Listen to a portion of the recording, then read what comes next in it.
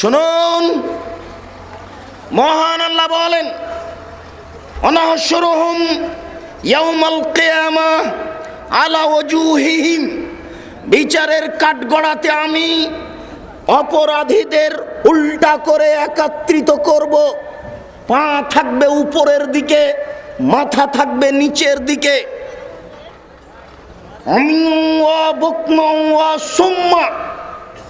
বধির করে, অন্ধ করে, বোবা করে বিচারের কাঠগড়াতে একত্রিত করব। বিষয়টি ভাবুন, আল্লাহ মানুষের প্রতি কিয়ামতের মাঠে কত অসন্তুষ্ট থাকবেন। আল্লাহ বলছেন, আমি তাদেরকে উল্টা করে বিচারের কাঠগড়াতে একত্রিত করব, বধির করে, বোবা করে, অন্ধ করে।